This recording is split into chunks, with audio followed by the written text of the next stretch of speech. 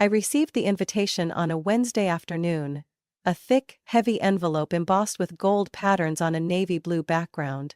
It looked more like an invitation to a royal wedding than a family reunion.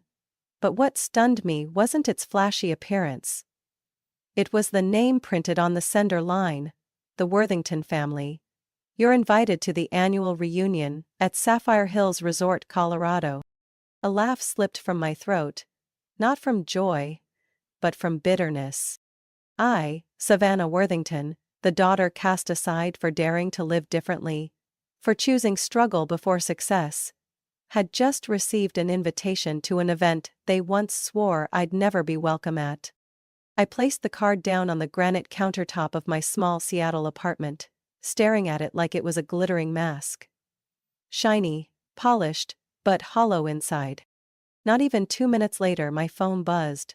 It was Callie, my cousin and once best friend, back when we used to ride bikes around Fairview Park as kids. She hadn't called in years.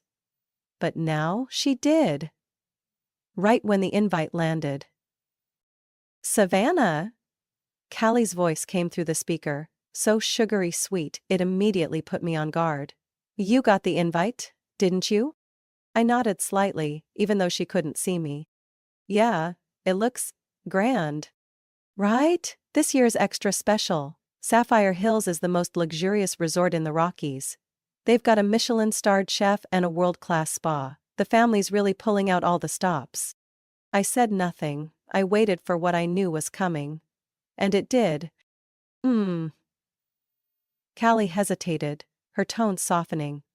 "But I think you get it, Savannah. Not everyone really fits that kind of space. I mean, people like you, running those little hostels in the city. You might feel out of place." "People like me?" I asked, my voice low but sharp.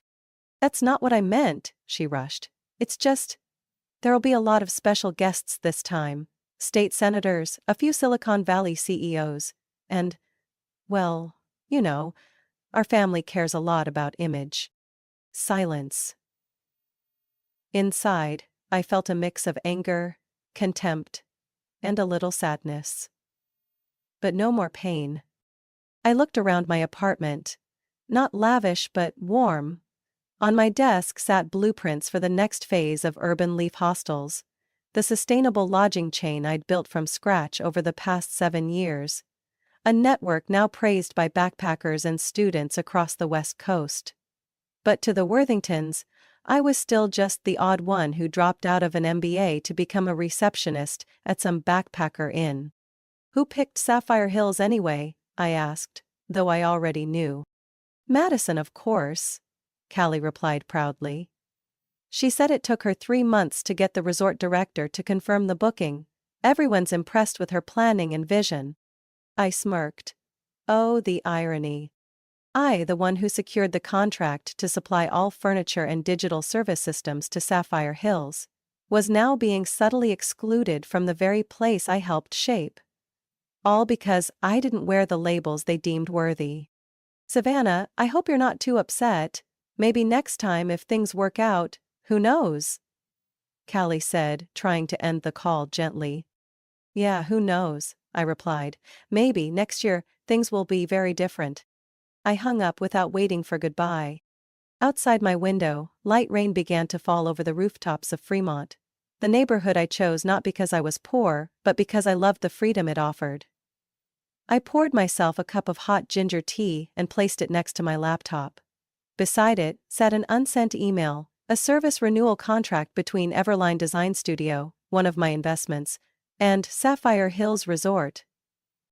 I smiled, cold and steady. They thought I wasn't high class enough? Fine. They were about to see exactly what real class looked like. When it wasn't handed down through golf course mansions or engraved business cards, but built from every insult turned into leverage. I still remembered that first night home from graduation. While my friends buzzed with internship plans at Fortune 500 companies, I quietly packed my things and left the University of Oregon with a degree in hospitality management that my father once called a lifelong poverty certificate. The whole family had gathered in my grandparents' Denver estate, a stately old mansion every Worthington silently viewed as a badge of honor. My father, Richard Worthington, sat at the center like a self-crowned king. My mother, Eloise, poured tea with the air of an aristocratic matriarch trapped in a dull stage play. "You're going to join Everlyn Group, right?" my father asked, his voice booming like a command dressed up as a question. Everlyn Group, his real estate investment firm, where every child and grandchild was expected to join to be seen as a valuable member. I looked up, met his gaze, and said plainly, "I turned it down. I want to start in hospitality. I've applied to a hostel chain in Portland." The room froze for a second. "What?" His voice ricocheted off the walls. "You're going to clean up after tourists instead of managing a $300 million property portfolio?" I didn't respond. There was no answer that would satisfy him anyway. My mother sighed, her eyes cutting through me. Not with disappointment, but embarrassment. "Savannah, you're a Worthington. No one with our name wears a name tag behind a front desk." I stood up, my heart pounding but my voice steady. "Good, because I plan to wear one. I'll wear it until I know every brick and paycheck of this industry. And then, I'll build something none of you ever dared to dream of." I left that house carrying not shame, but a fire that never went out. They didn't want me to have dreams. They wanted a quiet replica of themselves. Someone who smiled on cue at dinner parties. My first year in Portland was a long stretch of sweat and tears. I worked night shifts as a front desk clerk at a tiny hotel near the Pearl District. By day, I took courses in lodging design and guest behavior analysis. At night, I dealt with drunk guests, broken A/Cs, and the graveyard shifts no one wanted. Once, I was asked to clean an entire third-floor hallway after someone spilled red wine from the elevator to their room. A coworker looked at me, shrugged, and said, "Not your job, Savannah. Your front desk." I just smiled and grabbed the mop, because every drop I wiped up was a lesson in hotel operations no textbook could teach. By my second winter, I was night manager at a rundown place called Riverview Lodge. The owner, Marty, a black man in his 50s and a former regional manager for Marriott, was the first person to tell me, "You've got vision, but to build it, you gotta wade through the mud. I won't teach you from books, I'll let you fall, and then you'll get back up." And fall I did, many times. I was once threatened by a guest with calling the police because I refused to upgrade their room for free. I once witnessed a junior employee stealing cash and had to report it to the police. I once had to use my personal credit card to pay for a batch of linens when the supplier delivered the wrong order, just to avoid disrupting the guest experience during the holiday season. And every time something like that happened, it only made me more certain. If I wanted to change the hospitality industry, I had to start from the bottom. 3 years later, I opened my first hotel, a renovated old 3-story house in the Fremont neighborhood of Seattle. I named it the Pine's Nest. A nest among the pine trees. No luxury signs. No $1,000 cocktail bar. But every pillow there, every breakfast I personally made, carried one promise. Here, everyone is treated with respect. The first reviews came slowly, but then they spread. Young travelers, professors, backpacking couples. They didn't need red carpets. They needed to feel heard. I opened a second branch in Capitol Hill, then a third, in Tacoma. Then I teamed up with 2 old friends to found Urban Leaf Hospitality, a booking platform that connects guests with authentic local experiences. But throughout those years, my family never once asked how I was doing. To them, I was still just the girl working at a 3-star motel, and they kept sending invites to weddings, funerals, or family gatherings, without even putting my name on them. But honestly, I didn't need them to remember me. I just needed them to witness it. And this time, I had prepared a stage. Not to be applauded, but so they'd have to bow. Not to me, but to the choice they once called a mistake. I had slept in the damp basement of my own hotel, a rundown building in Spokane that most real estate agents didn't even want to mention. But it was there, in room 3, with a leaky toilet and flickering hallway lights, that everything began. It was called the Orchard Inn. Sounds poetic, but it had once been a roadside lodge abandoned for nearly 5 years. I bought it for $82,000. Every penny I had, plus an unsecured loan I signed under the risk of losing everything if I failed. Everyone around me thought I was crazy, and honestly, sometimes I did too. But I knew if I didn't start there, I would never start at all. I didn't hire an architect. Had no marketing team. I learned logo design on YouTube, wrote the website copy myself, and painted every wall with a discounted brush. By day I drove around the city sourcing used furniture. By night, I assembled each nightstand, screwed in every coat hook by hand. Instead of running Facebook ads like everyone else, I handwrote letters to local travel bloggers, offering them a free night and a homemade breakfast if they'd share their experience. 3 accepted. One of them, Claire, a woman in her 40s with a blog focused on small lodgings, wrote a piece I still keep today. A place with a real heart. Simple, rustic, but every detail makes you feel like you've come home. 3 months later, the Orchard Inn was fully booked every weekend. Guests returned, bringing friends. I used the saved profits to slowly renovate the rooms. Starting with the first floor, then gradually working up to the second. I didn't open another hotel right away. Instead, I turned that very place into a concept lab.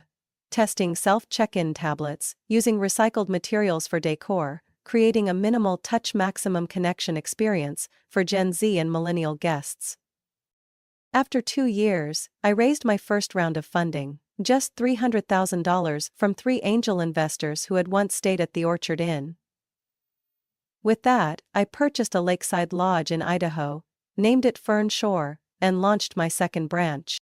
And so, step by step, not flashy, not loud, but steady, I expanded. Washington, Oregon, Colorado. When I reached my 10th hotel, I officially founded SVA Hospitality.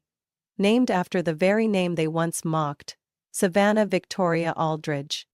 Only then did I begin hiring a professional marketing team, recruiting a CFO, and building a centralized quality management system. I didn't chase outdated luxury standards. I created a new one. Luxury through intention. Where luxury didn't come from crystal chandeliers or $500 wine glasses, but from sincerity, refinement, and quiet efficiency. When I opened my 17th hotel, the Juniper Vale in Aspen, Modern Retreats magazine called me the woman redefining luxury for the next generation. As for me, I still personally inspect the bedsheets and walk barefoot through every new room to feel the floor's cleanliness. I remember clearly an investor meeting in Manhattan where a venture fund director asked me, "Why not go the traditional hotel chain route? Less investment, faster profits, easier to sell?" I looked him in the eye. Because I don't build to sell, I build to outlast the Forbes list you're chasing. Last year I turned 33. By that point, SVA Hospitality owned 21 resorts across 4 countries: the United States, Canada, New Zealand, and Sweden. Each location had its own character, but upheld the same values: warmth, simplicity, elegance, and sustainability. The crown jewel among them is Azure Summit, a resort perched on a hilltop overlooking Half Moon Bay, California. It's my personal reminder. Every brick here was paid for with the insults I once swallowed. And when Sapphire Hills, where my family is now hosting their reunion, needed a partner to overhaul its operations system, they didn't know the company that won the bid was SVA Tech, my subsidiary. When Callie bragged that Madison had to call the executive director just to secure a reservation, I laughed. Not from humor but from irony. She had no idea that the executive director personally approved her request, with a 35% rate markup, plus an added fee for premium personalization services. Which I approved myself. Yes, I was once seen as a burden, the leftover shadow of the Worthington family. But now, they're hosting their event on the red carpet I laid. And they have no idea that Savannah they once cast out has turned her name into a brand that's making the entire hospitality industry take notice. 3 days after Callie's oh-so-subtle phone call, I received an email from Sapphire Hill's VIP booking department. It looked ordinary enough: confirmation of a group reservation under the Worthington Family Reunion. Approved at a special rate with custom requests. I smiled. Not because the event was happening there, but because I was the one who approved it. With the name S.V. Aldridge signed on the executive authorization line, my real name discreetly hidden beneath the complex web of SVA Hospitality's leadership. And of course the organizer, specifically Madison Worthington, my cousin, chairwoman of Family Tradition Coordination as she calls herself, was completely unaware. I still remember our conversation 8 years ago. Back when I was struggling to keep the second branch in Idaho afloat, she once messaged me on Facebook Messenger. "You should consider coming back to work for the family. Better than chasing after cheap motels." I never responded. And now, Madison had just posted a photo on social media, standing in front of the Sapphire Hills emblem with a caption. "A perfect choice for a perfect family. Thanks to the Sapphire Hills team for helping us uphold the Worthington standard." I saved the photo, not as a keepsake, but as a reminder of their delusion, before the truth comes to light. At the resort's command center, I called an internal meeting with all managers and department heads. I wanted control over every detail, from the lobby lighting to the signature hallway fragrance. "We cannot afford a single mistake during Worthington Week," I said, voice calm but firm.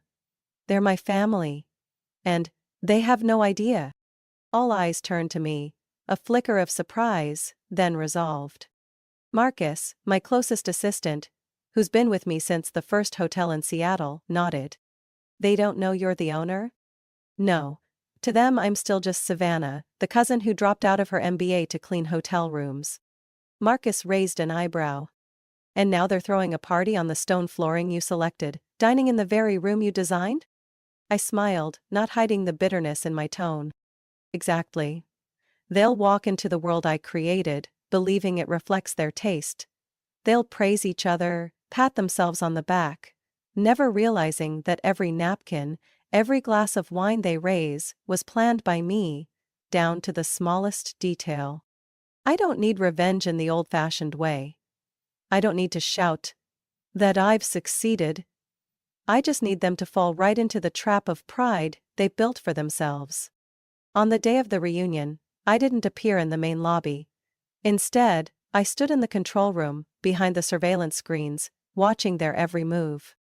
My father's charcoal gray Bentley pulled up to the main entrance at 5:45 p.m. He stepped out from the back seat wearing a custom-tailored black suit, his face still carrying the same cold sternness that once made me lower my head as a child.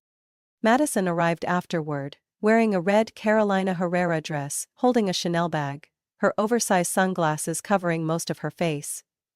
She walked past the rows of hydrangeas I had specifically requested for the entrance, strutting like she owned the place.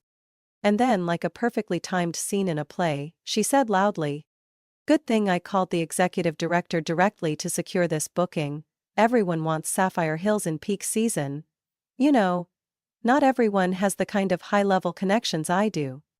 I heard every word through the surveillance speaker.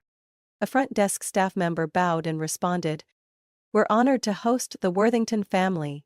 All customization requests were approved by Mrs." She glanced down at the memo. "MSSV. Aldridge, our strategic director and current owner." Madison laughed, oblivious to the name. "Sounds fancy. That's how you know they're on top of things. People like that." She walked away, unaware that she was stepping across a hallway embedded with the initials SVV etched into the floor tiles. I looked at Marcus. He was smirking. "When are you planning to show up?" I lifted the glass of untouched Chardonnay, speaking softly. "When they think the evening is perfect. When their pride reaches its peak. That's when the curtain rises." Marcus nodded. He didn't ask anything else.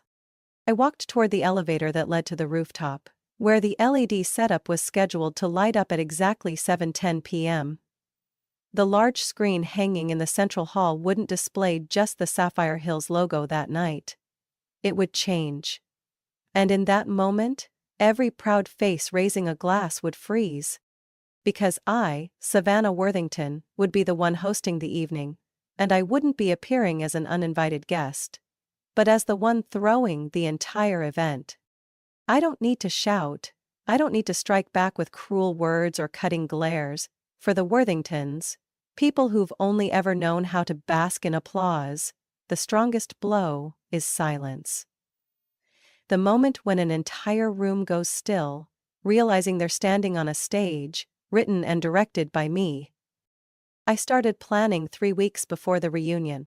Every detail, from how the lights would softly graze the archways to the floral colors on the reception tables, was personally approved by me. No intermediaries, no delegation. Direct control.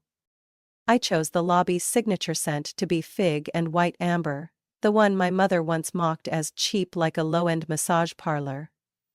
Yet it's the signature fragrance throughout my luxury hotel chain, beloved enough to be listed by Condé Nast Traveler in the top 10 signature scents in hospitality. That same scent would waft through Sapphire Hills that evening like a quiet laugh. They wouldn't recognize it consciously, but their subconscious would. And it would stir something oddly familiar, faintly uncomfortable, like the memory of having looked down on someone, only to be pulled back into that reality. The menu? I entrusted that to Chef Anton, the Austrian chef I worked with in Zurich. The appetizer was a purple lemon tart, the same kind my grandmother once told me to learn to make so I'd at least have value in the kitchen. Now it was elevated with French butter and organic lavender essence, served on custom-blown Venetian glass plates. And then came the name cards. That's where I placed the knife. I had the design team print each Worthington family member's name on clear acrylic cards, but with no titles. No doctor, no CEO, no VP, or any of the honorifics they once wore like armor. Just first and last names, plain, unadorned. I wanted to see how they'd react when treated like ordinary people in a space they believed was their stage. Marcus asked me, "Are you sure no one's going to figure it out? Won't they recognize the signature SVA design?" I smiled. If they were ever going to notice, they would have already. But they're too busy looking at themselves to ever notice someone else. Especially someone they once called worthless. I even prepared a short film, a montage of the journey of SVA hospitality, from Orchard Inn to Azure Summit. Shot by drone, produced using high-end cinematography techniques, and set to orchestral music performed by a Viennese chamber symphony. The video would play at exactly 7:10 p.m., right after Madison's speech. The one where she fully believed she was the family's face for the evening. And, as the Sapphire Hills logo faded into SVA Hospitality, founded and owned by Savannah Victoria Aldridge, everything would come to a halt. I had even planned the retreat. Immediately after the video, the staff would move discreetly to the left wing, leaving the main hall clear as I stepped out through the west door, where the skylight would cast its glow directly onto the large sign behind me. "Welcome home, Savannah." No glitter, no arrogance, just one sentence. Enough to drown out all the arrogance they threw at me over the past 15 years. I told Marcus, "I don't want them to feel humiliated, I just want them to feel my presence, the choice they called a mistake and the worth they tried to deny." Marcus nodded, his eyes flickering with something between admiration and understanding. "So we're not throwing a reunion for them, but a farewell to how they used to treat you?" I turned away, speaking gently. "No, Marcus. I'm not saying goodbye to anyone. I'm just opening the door. Whether they walk through it, that's up to them. I don't need an apology, I don't need recognition. I've long stepped out of their shadow. But tonight, they will step into the light I built. And even if they don't recognize me at first, they won't be able to look away by the end." The clock struck 7:10 p.m. Just as I had planned. The lights in the Sapphire Hills Grand Hall dimmed, the background music stopped, and the massive LED screen behind the stage began to shift. Madison, with the microphone still in her hand, mid-sentence about the Worthington family's refined taste and the connections that secured this prestigious venue, suddenly froze. The air turned still. Every eye moved from her to the screen. The Sapphire Hills logo appeared first. Elegant, classic, silver against a deep navy backdrop. Then it shifted to a large, stark white line of text that sliced through the darkness like a blade. SVA Hospitality Group, founded and led by Savannah Victoria Aldridge. A heavy silence settled, stretching out as if the universe itself had stopped to hold its breath. The sound of a wineglass shattering on marble echoed across the room.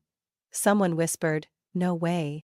I stepped out from the west door, past the candlelit banquet tables. I wore a custom-tailored ash-gray suit, my hair pinned up neatly, heels clicking sharply against the floor. Each step striking like a hammer on the dusty past they had buried me in. Madison stared at me, eyes wide, mascara threatening to run. "Savannah!" she gasped, unable to believe the figure walking toward her. What are you doing here?" I stopped in the center of the hall, surrounded by stunned, angry, and shocked stares. I saw them.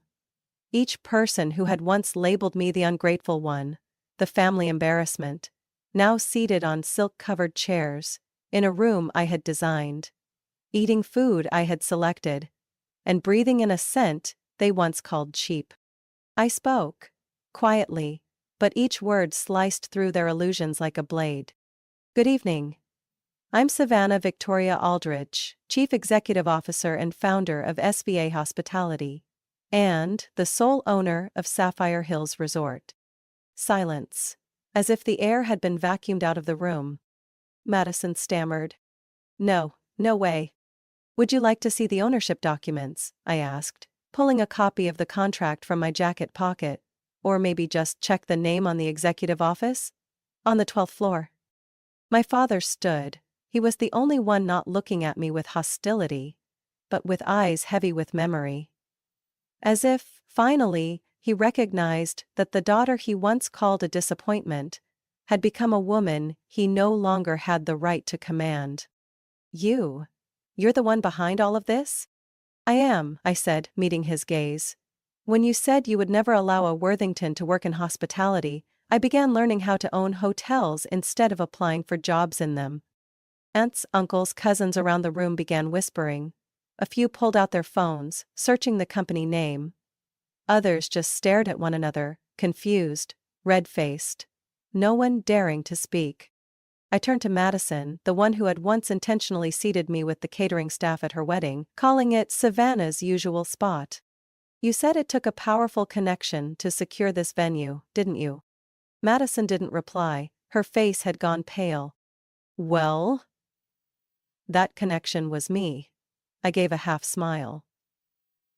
"And the 35% VIP service surcharge? You just paid that to me." From the back of the room, Marcus stepped forward. He handed each of them a navy envelope sealed with silver wax. Inside, a detailed invoice for the event, not cheap, and a brochure outlining the growth journey of SVA Hospitality. Madison opened her envelope, her eyes scanning the number. A choked sound escaped her lips. You charge this much? We're family." I lifted my head. My expression wasn't angry, it was cold. "Family? When was the last time you actually called me that? Or do you only remember I exist when you need someone to polish the backdrop of your public image?" I turned to my father. He looked at me for a long time. "I was wrong," he said. Not loudly, but his voice did not tremble. "About everything." I didn't respond immediately. In my mind flashed all the nights I spent in tiny rooms, scrubbing toilets, writing financial plans under the soft yellow glow of a desk lamp. Working, thinking. One day. They'll see. And today was that day. I looked at him, calm but firm. "You didn't believe in me. And that was the best thing you ever did. Because if you had, I wouldn't have needed to prove anything. And SVA wouldn't exist." The entire hall was still. Only the sound of tense breathing, the clink of utensils, and every pair of eyes fixed on me.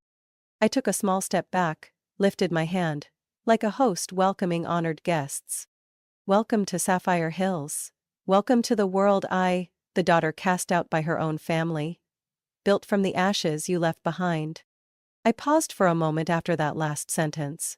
My eyes swept across the room.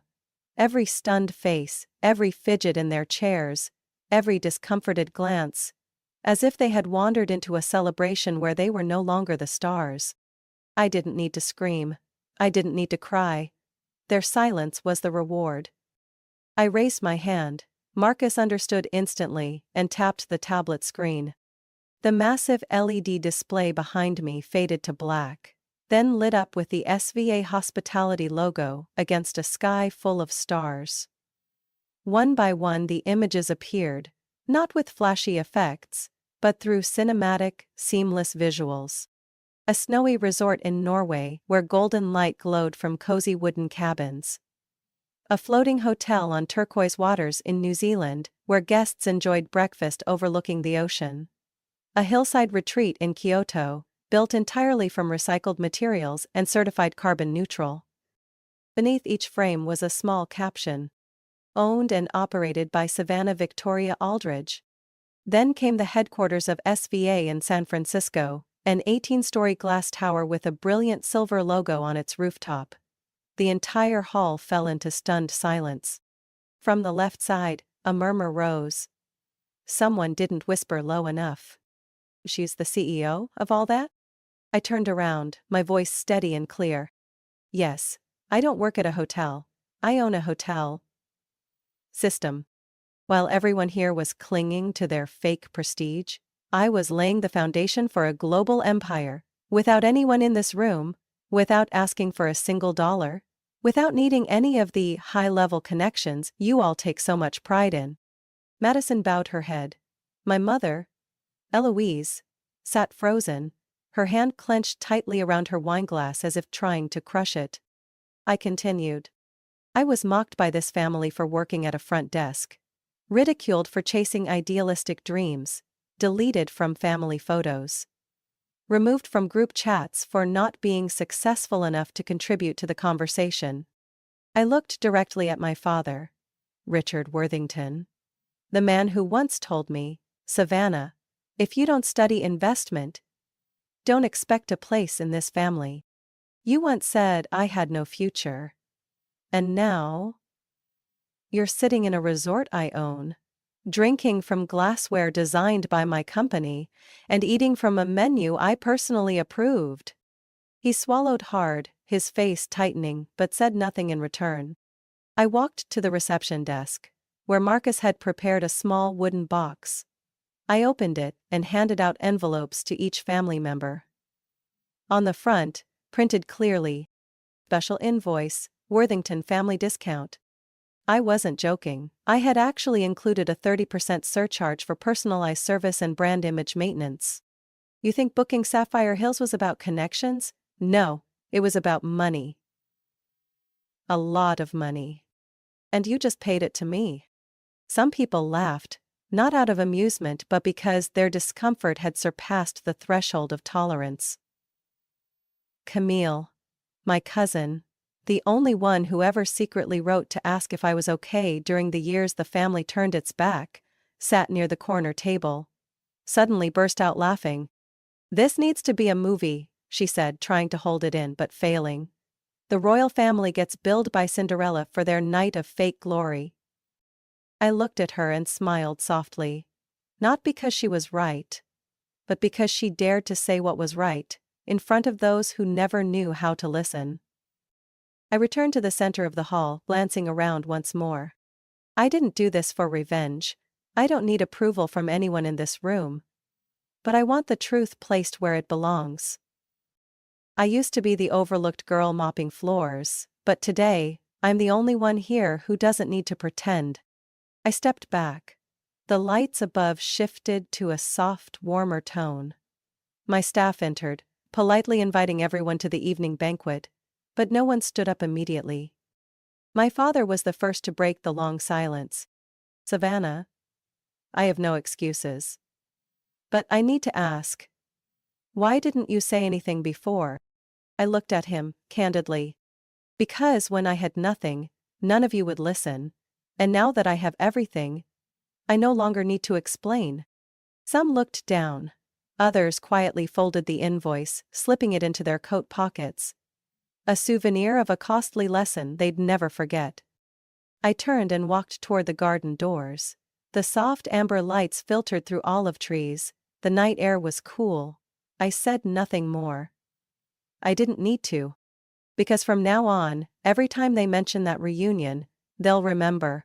Savannah didn't fight for a seat at the family table. She built a house. And made them walk through a gate she designed. After the final speech, I didn't return to the hall right away.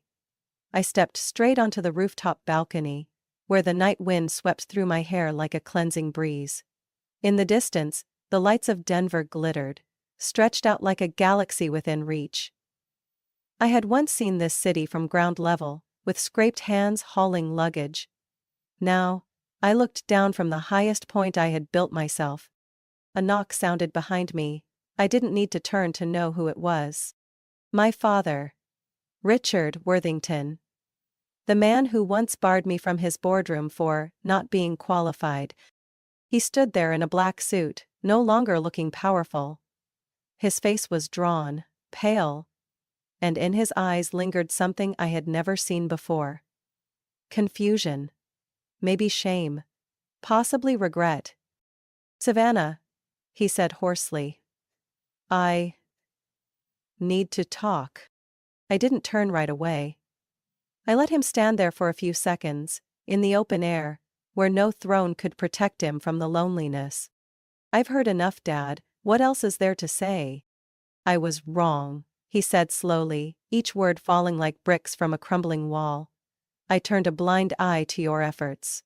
I stayed silent when they mocked you, and worse. I let you face the world alone. Without a single word of recognition." I turned back. My eyes were dry, my anger long gone. I was just a woman now, standing before the man who once made her doubt herself.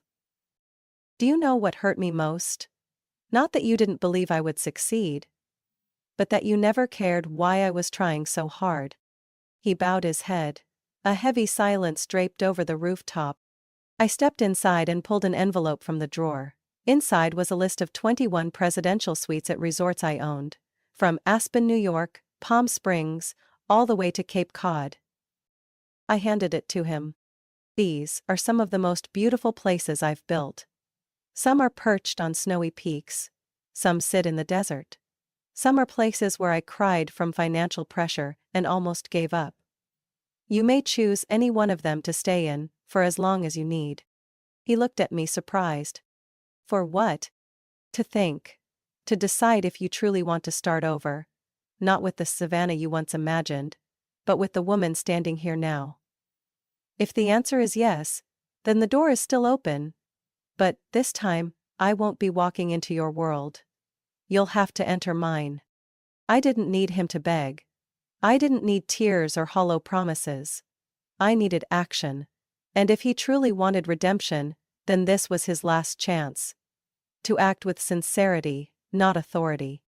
My father took the envelope, nodded slightly. He said nothing more, turned away. His shoulders slouched, his steps no longer firm. The door closed behind him in an unfamiliar silence. I returned to the balcony. Below, Sapphire Hills still glowed brightly. My family members now wandered the illuminated garden, some murmuring among themselves, others trying not to show their discomfort. I knew the event tonight would be remembered at future reunions as a milestone, but not as an elegant evening at a luxury resort. It would be remembered as the night the illusions were stripped away. The night Savannah, the girl once erased from family photos for cleaning rooms, stood tall in the very world that once shut her out, and opened a new gate, brighter, straighter, for herself. My phone buzzed, a message from Marcus. "I've finished the final report. Everyone received their invoice and they're doing some self-reflection. A few asked to follow up later. They're afraid, but won't admit it." How should I respond? I typed back. "Let them wait. I'm not on standby anymore." A strong gust of wind swept through, carrying the scent of pine and the warm notes of incense from the hotel. I closed my eyes, took a deep breath. My heart no longer trembled. For the first time in years, I felt whole. Not because I had defeated them, but because I no longer needed them. I stood there, at the highest point of the empire I had built with faith and flesh. Not to look down on them, but to look forward. Beyond the darkness of the night, a new chapter was opening. And this time, I was the one writing every line. Savannah's story is a powerful reminder that being underestimated can become fuel, and that those once pushed aside can build a world where they never have to be excluded again. From a girl dismissed by her family for choosing to clean hotel rooms, Savannah quietly built a global hospitality empire.